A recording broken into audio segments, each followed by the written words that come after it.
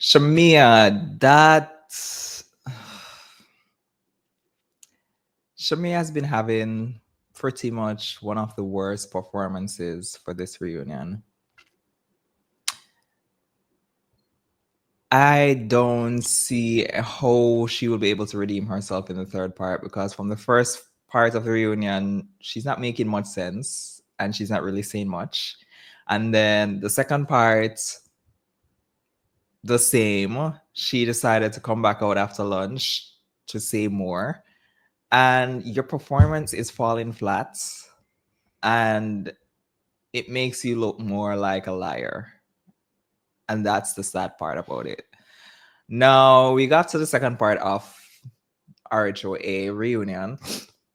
And of course, we have the last part next week. So for me, this second part was a bit more interesting, I should say, than the first part. We picked up back off the whole Angela and Phaedra thing. And honestly, how I feel about the situation, I honestly don't care anymore. I don't care about that storyline. I don't care about this guy. I think they're making this guy more relevant for the season than he should be because he seems like just a liar. And for it to be the highlight and we still don't know what the actual truth is, we can all debate whether it was actually Phaedra or not Phaedra. But I honestly do not care anymore when it comes on to this guy and his whatever story he came with and who gave him the story and who paid him and whatever it is out there. I honestly don't care. Now, Phaedra decided to call her brother, and the brother obviously is going to defend his sister. So it still did not really do anything for me. The fact that she could call her brother and he was like somewhat defending whatever Phaedra was saying. They could have probably planned that shit from before. It's Phaedra we're talking about. So I do not necessarily feel any vindication for anybody at this point. And I honestly hope this is not something that is discussed in the next season because I honestly do not care anymore about this story about if Angela set it up or if it was actually Phaedra or was it Brits or was it a ghost. I honestly don't know at this point and I honestly don't care. Now, we somewhat got into Shamea coming on as a new housewife and her whole story package, basically. And here's what I'm going to say when it comes on to Shamea. Shamea, I feel as if, like, if you just take accountability for your actions and just say, yes, this is how I felt. Yes, this is how it went down. I think it would make it easier. And I'm seeing in Shamea where she's like a people pleaser. And because she's a people pleaser, she does not necessarily want to say the wrong thing, which will then dig her friendship deeper into the ground when it comes on to she and Porsha.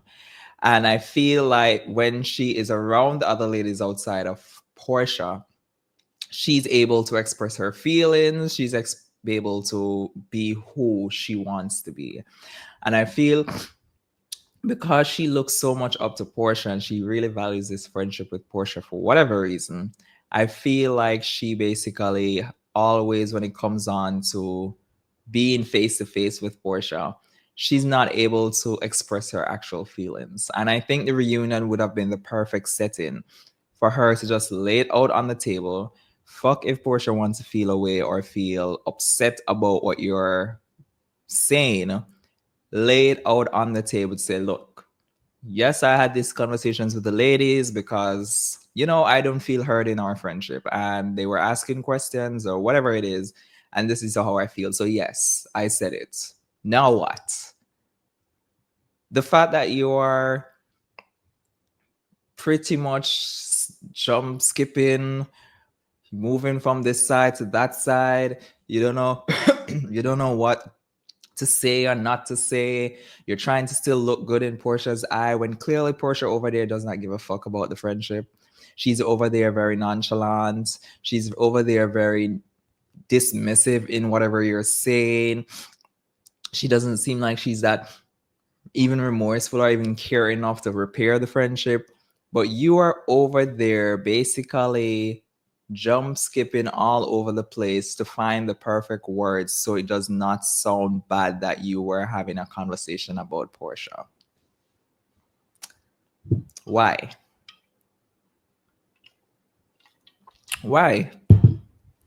We saw the season. We're at the reunion. Talk about it.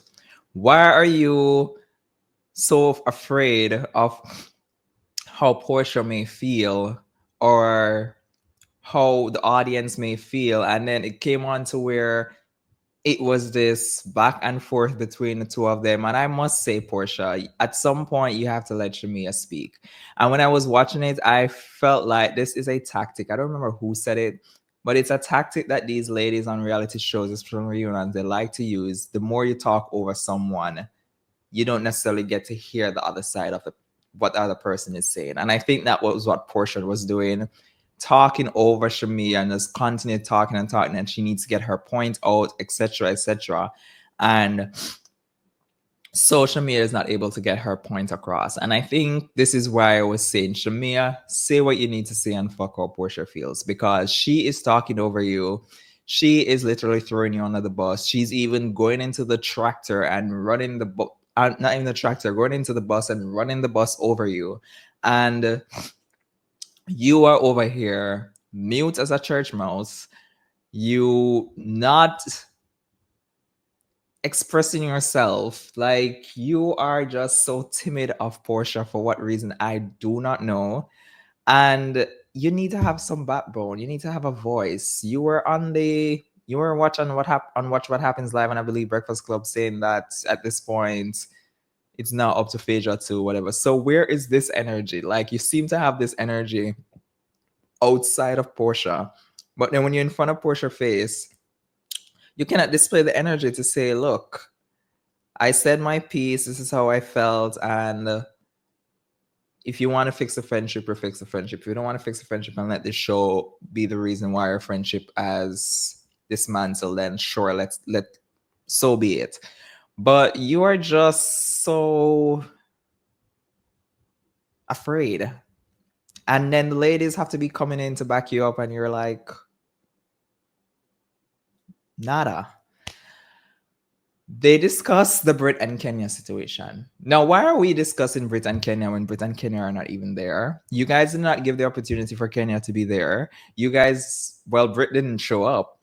Why are we discussing Brit and Kenya with these ladies when none of the other parties are there to say their side or anything? Like, I felt like this could have been a chop. When Andy read the statements from both sides, I was expecting a bit more from the ladies. The fact that Brit stated in her statement that the photos were not her, etc. And yes, they kind of touched on her. Well, if she knew it wasn't her, then that means she played victim the entire season, knowing whatever. But I was expecting a bit more, especially from the ladies who were actually physically there. And they said that they saw the poster boards and they were confirming as well, even in their press runs, to say, yes, not Phaedra, Kenya showed images of Brit. So to see Brit made that statement saying wasn't her, I was expecting a bit more from the ladies to say, well, that's not what we saw, or exactly what they thought they saw. I just felt like that conversation ended a bit too quickly. They kind of touched on each person's side. Andy asked if they thought that Kenya was coming for Brit. Everybody said no. This was something has been said throughout the season. No one saw where Brit was coming from. Of course, no one can ever see where Brit is coming from. Then they also asked in terms of whatever. What was alarming to me was the fact that Porsha already knew that Kenya got information on Brit, and she was helping Kenya in a way to shape it how to expose Brit. The same Brit that you were so chummy with in the latter parts of the after the season was airing, the latter down that's like you were chummy with Brit, going out to dinner, taking pictures with her. You knew that Kenya had images or information on her and wanted to expose her. You were trying to find the perfect way how to shape up this exposure. and you act all, oh, that's not how I wanted her to do it at her events. So it's no longer, it's wrong for Kenya to have exposed her. It was, I just didn't like she did it that way.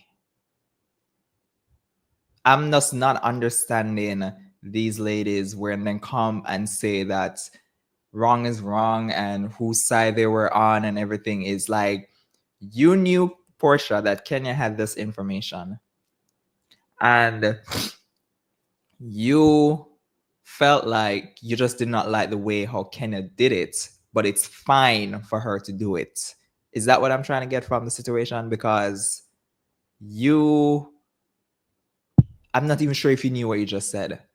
Because that's how I took it, what you just said. Like, are you saying that it's fine to have exposed Brits, but just not at your event when there were press and everybody there? I'm trying to understand this. Um, the fact that they keep saying that Drew was the one who gave the information, Kenya cleared it up, said it wasn't Drew. She did it publicly. I don't know why Drew's name is in the mix. I don't see Drew as someone that's smart enough or that connected enough to get information on someone, because if that was the case, she would have had more information on all these other ladies who keep coming for her on the show. So I don't see how how Drew is the person who gave Kenya this information. This does not make sense to me. And I don't know in what world it makes sense to other persons, but it does not make sense to me with her basically being the one who actually set this up. Cynthia,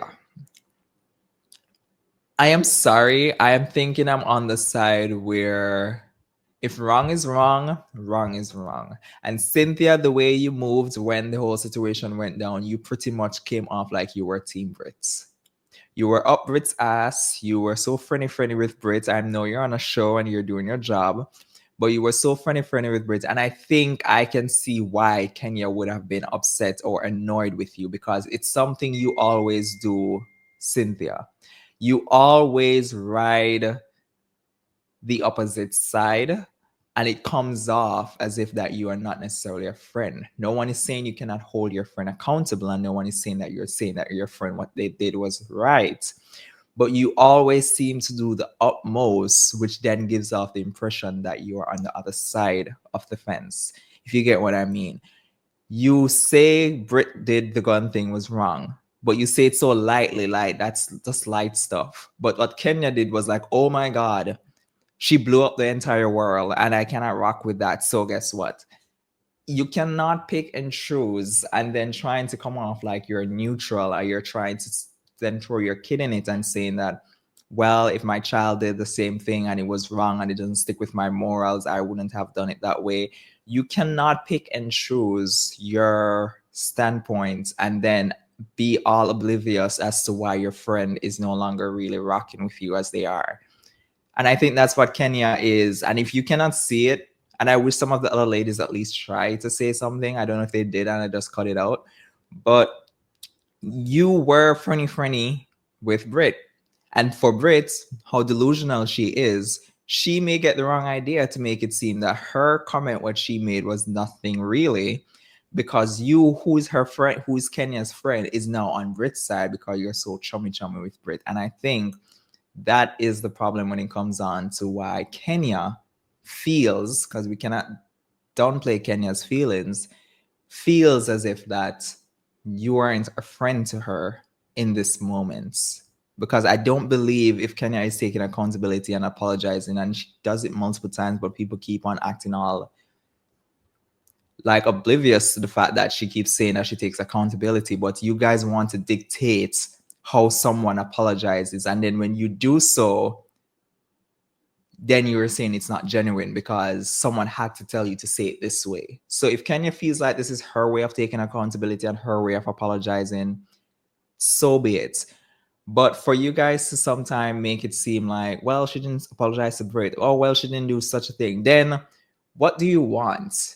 Because if she was supposed to come on the platform or come on any platform and act as if like, well, I did what I did and it's fair game, you guys would have a problem with that. Now she's taking accountability, but you guys are not okay with the way she takes accountability. Now she says she apologized to Brit. Oh my God, it's too late. What do we want? when it comes on to this situation. I'm sure anyone in their regular life aren't perfect, and I'm sure we have all made mistakes, and we're sure we all have to take a step back at times to then see the bigger picture. Why are we holding these ladies to a different standard? Is it because they are on TV? I don't think that's fair. And for Cynthia, I just feel like I don't even know why the hell you are even there on the couch.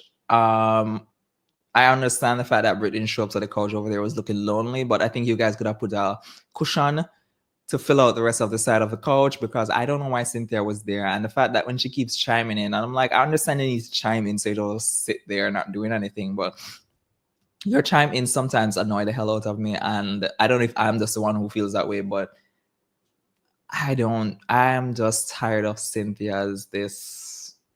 She does it even on Watch What Happens Live. You can't ask her a question and she can just confidently answer the question. You're coming on Shamea saying that Shamea doesn't speak up, and the whole situation with her and Phaedra going back and forth and saying that, well, you clearly feel some way and that's the problem, Shamea.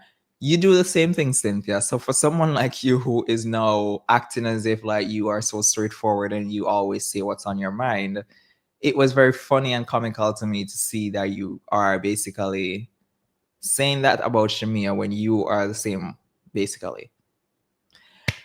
Now, of course, we see where Shamea and Porsha are going back and forth at it at the ending of the episode. I'm trying to think if there anything else on the reunion that was made important to talk about, other than the whole Shamea and Phaedra thing. Phaedra, of course, still doesn't take accountability. We all saw the Jason Lee clip, and we all saw where Porsha had to call her out on it. So it was not surprising for me where they had a conversation, but she never really. She's just mostly talking about that. Oh, she and Candy were going through some stuff. She's not necessarily taking accountability, apologizing for what she said about Shamea. But I guess if they are okay, then I'm okay. But that were my thoughts on the reunion part two. Let me know your thoughts on the reunion. Did you enjoy it more than the first part? Do you think it was way luster than the first part? Are you excited for the third part? Are you just excited for this whole entire season to just be over with, so we can hopefully move on to the new season where hopefully we'll maybe have Nene and Kenya back? And yeah, let me know, guys, in the comment section your thoughts were on the episode. Remember, guys, to like the video and to subscribe to the channel, and I catch you guys in the next video. Bye, y'all.